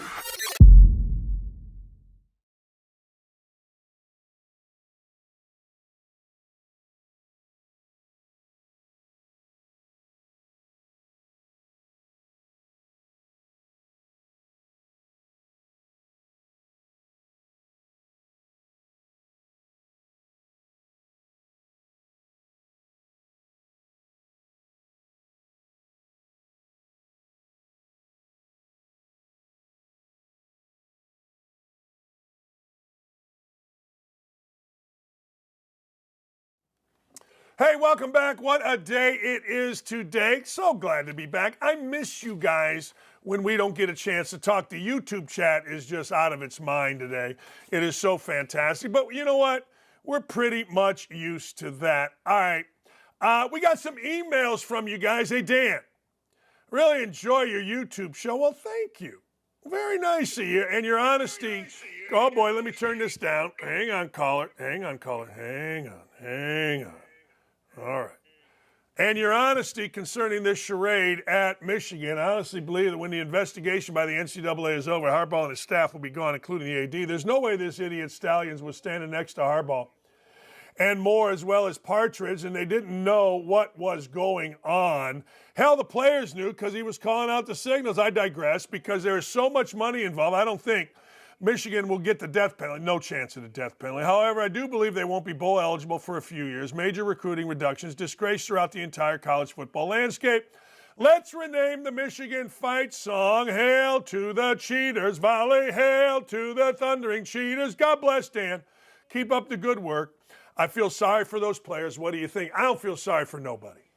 I know I should. I know I'm supposed to. I understand it. But I am not feeling sorry for a soul. That's right. Here we go. Ladies and gentlemen, yeah, this is what I like. This is what I love about college football. Ron Oviatt. I love him. He's always with me on Twitter. He says this, Dan, never been to East Lansing, so you may very well be right about the place. However, speaking only as a football program, listen to this. Michigan State got a great one. A great one. Yeah, they did. A great one. Great. We throw around great like they're nickels. They got a great one. I mean a great one, Rob. Oh, let's look. They hired a great coach with the same character. He'll clean the crap off the doorstep. Yay, Rod, go fight, win. Yeah, he will. He's a great one. Well, okay, he's a great one. And he'll never be involved in personal conduct that will embarrass. I coached with him at Montana. He's a winner. Same type of guy as Eric Coleman, who you've had on your show. I coached him at Washington State. I have no idea if this will ever reach you. Love your show. Keep telling you like it is. Look, I'm all for it. I'm all in on it. I love it. I'm sure he's a great one. But I have a tendency, and so should most people, that when you've coached, you kind of hesitate with the great one. 23 and 29. I'll even take out the first 2 years. All right, by your third year, 2-5, 5-4, 6-3. He did go 10-3 last year, and 5-4. All right. So you take out the 1-8, you take out 5-13. So he's 18-16. I know Oregon State's a tough place to recruit. I know Oregon State's a tough place to live. But I got to tell you, Rob, I just learned this. I could be wrong. But I reserve the great one, for guys that are a little better than that. I know I'm wrong. Tom from South Bend, Lou Holtz was right. The entire Ohio State roster is soft. That's stupid, Tom. We saw that especially at the end of the game where an interim coach, whoa. Okay, well, that's stupid. An interim coach led Michigan to victory while running 7 of 8 minutes off the clock. That is a reflection of day as a head coach. $10 million, not enough. Total and complete embarrassment. I feel bad for all Ohio State fans. Oh, shut up. Seriously, just shut up. The entire roster is soft. The entire roster. Now I'll give you, they needed to sack up. And I'll also give you, they lost to an idiot. But that's all right. I mean, the crier, whatever, Sharon Moore, whatever. But the truth of the matter is the entire roster is not soft. You are a Michigan guy. You live right there. You bleed blue. So just stop with the entire. I would like conversation. Saying the entire roster is soft. Everybody that plays at Ohio State is soft. No. I have too much respect for football players, not Indiana football players, but football players in general, to say an entire roster is soft and losing one game and going 11-1 is a total embarrassment. Ryan Day totally shifted the focus from the program away from his calling card passing offense towards physicality and defense for the sake of exactly one game. Suffered. Listen to this. Suffered through a season,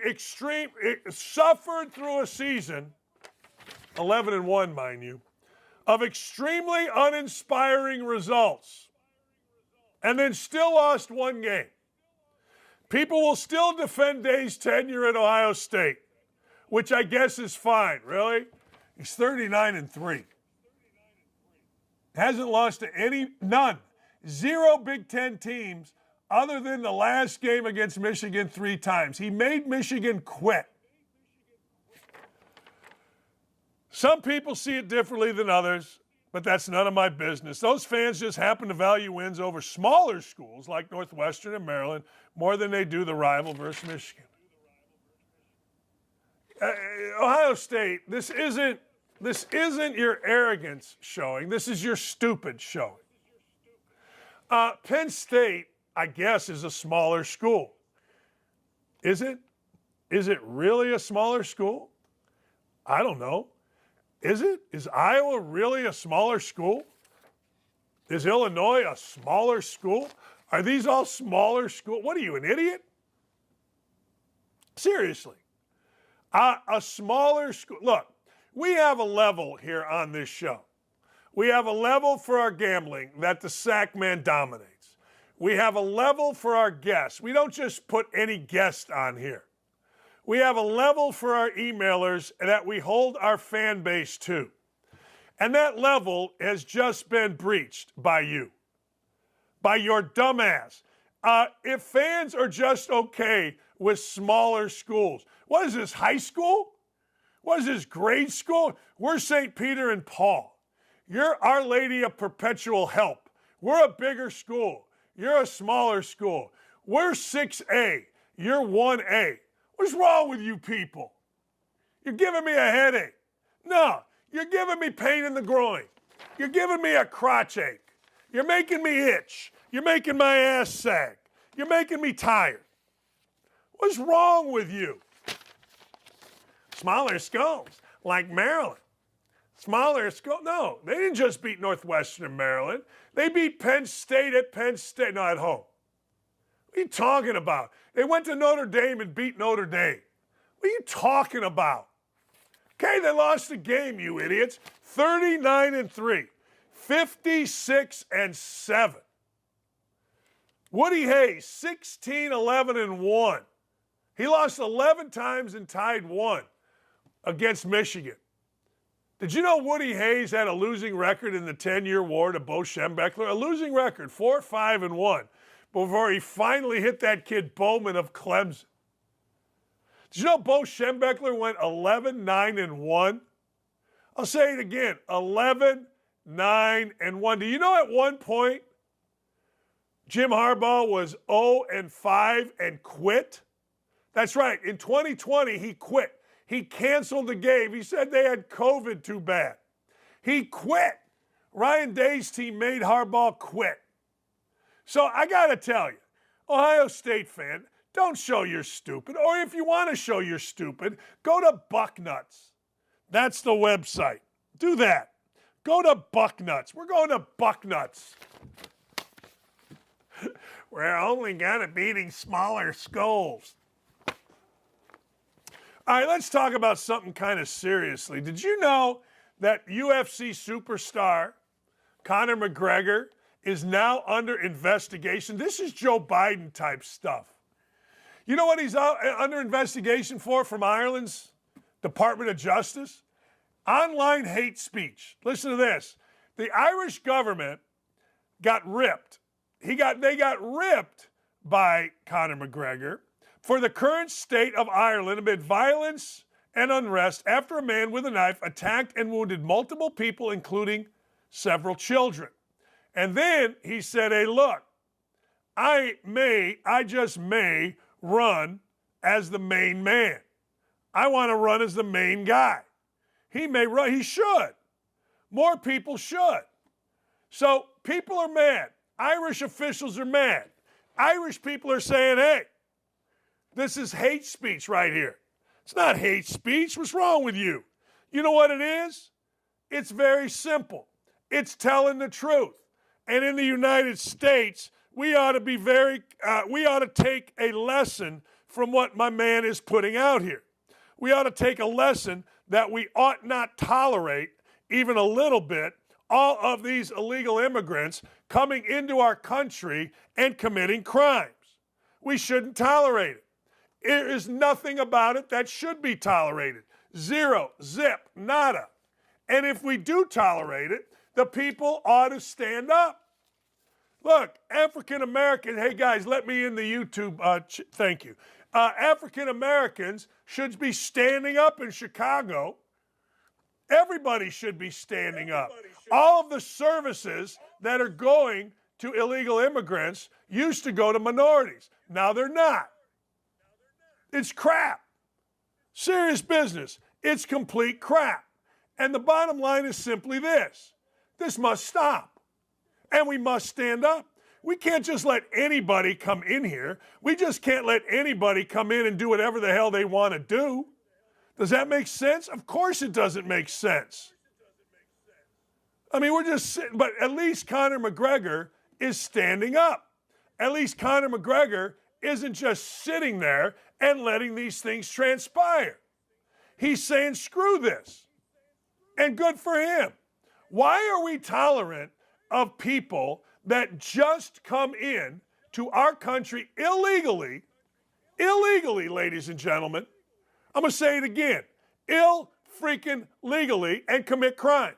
And we're just like, hey, and our government allows it. Yeah, let anybody in. I actually had some moron tell me, well, you know, there really isn't a border crisis. And a lot of people tell me this. What's wrong with you? Of course there's a border crisis. All you got to do is pay attention. But I got people, no, there's not. I wish more people in the United States would stand up. I wish people of real influence would get off their ass and say, look, we're going to start protesting this crap. I mean, all you got to do is pay attention all across the country to what's going on. Illegal immigrants are doing a lot of bad things. Sure, there's some that are good, but my God, why are we allowing this? Why are we okay with this? We should not be. And good for Conor McGregor. I did not condone last night's riots. I do not condone any attacks on our first responders in the line of duty. I do not condone looting and damaging of shops. Last night's scenes achieved nothing towards fixing the issue we face. I do understand frustrations. I do understand a move must be made to ensure the change we need is ushered in and fast.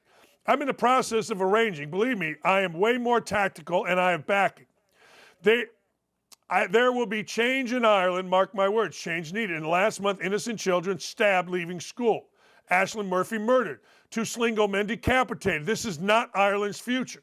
If they do not act soon with their plan of action to ensure Ireland's safety, I will. Yeah. That's what I'm saying. I mean, what do? We sit here like I do on shows and complain. We just let every illegal immigrant in. And when they kill someone or they rob or they rape, we're like, well, they're dreamers. We make excuses. That's crap, in my opinion. Hey, look, your opinion can be different. I got no problem with you having a differing opinion. That's fine with me. It's all good with me. But I got to tell you, I got no problem with people standing the living hell up. Yeah, I don't. You guys may. I do not. My Heisman votes right now. I'm going to get into this tomorrow, but I got to tell you, I'm out on Penix. I'm out. Penix had a chance. Penix had a real chance to be a real dude, and he didn't take the chance. He didn't. And I don't care whether he's at Indiana, left Indiana. People are, well, you're just mad he left Indiana. I could care less. I could care less whether he's in Indiana, out. What do I care? The only thing I do is I watch how people act. And Michael Penix, I don't care if you're throwing up. I said this earlier. Doesn't matter to me even a little bit if you're over there puking.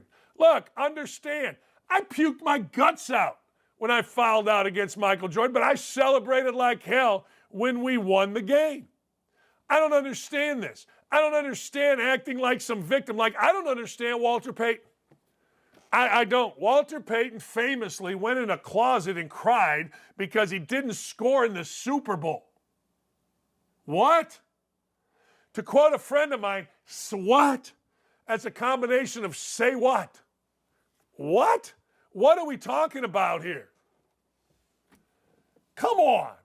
I'll never understand. You lose, you're sad. You don't talk. You win, you celebrate like crazy people. I don't know what else to tell you. So I'm off Michael Penix. I'll give my Heisman vote tomorrow. I'll tell you who I am in on. I tell you who I am, and I was totally wrong about C.J. Stroud. I'm so in on C.J. Stroud. I like watching C.J. Stroud. I think C.J. Stroud is awesome. D.D.'s just spewing crap about something he just read what was handed to him. Who's here to hand it to me? Who's here to hand it to me? Oh, I didn't get to the Conor McGregor stuff. I got our notes. I got our notes. I don't know. JPG rules. You'll go down with the Biden ship. We need to stand up around here. We got illegal immigrants. They're coming to your neighborhood. It was the greatest conversation that I've had in the last few years. It was with a guy named Paul Krebs. Paul was my AD at Bowling Green. He lives in Albuquerque, and he's like, you don't understand. We're a couple hours from the border. We got illegal immigrants running through our backyard, robbing in our neighborhood, and Paul's got a lot of money. Paul's a rich dude. If you're defending it, God bless you, bro. Good for you. Where was I handed stuff? People just make stuff up. I mean, honest to God. Hey, Dan, you going to have a Monday Night Football bet? Yeah. I mean, I don't know if the sack man tells me. If the sack man gives me one, then I'll have a bet. Had a big day yesterday. Indiana basketball was down at halftime to Harvard. I turned the game on. Indiana misses a shot. Some guy named Banks. I don't even know who Banks is. Jacks up a three. Long rebound. Here goes Harvard. Down the floor. Guy dribbles it to the right. He's got a guy standing at the top of the key wide open for a three because Indiana's jogging. He looks at him, goes, no, I'm going to go on the block. Throws it to a guy on the block who lays it in because Indiana's jogging. I turned it off. I went back to football. Then I turned it on again. Indiana throws a cross-court pass, intercepted. Guy goes down and dunks, and not one Indiana player hustles down. I'm just telling you. Jason Cox, no illegals in my yard. Just wait, bro. It's coming. It is coming. Hey, do me a favor. Subscribe and like. And don't forget, I'm going to read this here. They did give me this earlier today, JPG. You Biden-loving idiot. Don't miss 1 minute. We're moving. Now, I got a lot of people on here right now. Don't miss 1 minute of Don't At Me. Make sure to tune in live and catch up on anything you missed at OutKick.com. All right? We'll keep it up. The show tab is your one-stop shop for all things Don't At Me. That's right. All things Don't At Me. Your one-stop shop, ladies and gentlemen, is OutKick.com. Now, we got 113 likes. We need to jack that up. Like, subscribe, and click. That's right. Hey, Indy Spanglish is in the house. Indy Spanglish is the next big deal in political talk here in the state of Indiana. I'm 100% Cuban, support a wall and our country's laws. Illegals are in danger by not being accounted for. They can be robbed, trafficked, etc., and they cannot call the police. That's exactly right. Michael Jarrett, your truth is much appreciated. Follow Indy Spanglish on Twitter. You will not regret it. Hey, Dan is lying about what happened. You can't believe him all you want, but it's not the truth. I know it. A guy that uses a fake name on my show knows. There used to be, if two guys in a bar said it, that it was true. Now it's fake name guy on the Don't At Me chat. Hey, I just read you what Conor McGregor said, and he ain't wrong. And I'm telling you right now, illegal immigration, Reagan said it, Clinton said it, Obama said it, everybody said it except for our moron in chief. But hey, they're all wrong. All right, woke-a-dope me, ladies and gentlemen. Woke-a-dope, woke-a-dope-dope, woke-a-dope. I'm a little behind here, so I'm going to have to wait for just a second. But anyway, so the commercial you play are all lies. Sure, whatever you say. Only commercials I play are for QC Kinetics, not a lie. Affinity, not a lie. Moondrops, not a lie. There you go. Man, I didn't realize, old boy here, Gavin Newsom, so his wife allegedly was stripping Harvey Weinstein. How about them apples? She wanted to get ahead. I didn't realize this guy ended up going to rehab. He bragged about it, and now he lies about it. Hey, look, I ain't mad at you for going to alcohol rehab. What are you doing? Might as well. Can't dance. Nothing wrong with a little alcohol rehab. Some people say it's for quitters. I don't. I do not. I say it's for real men that want to get help. But don't lie about it, Gavin. Come on.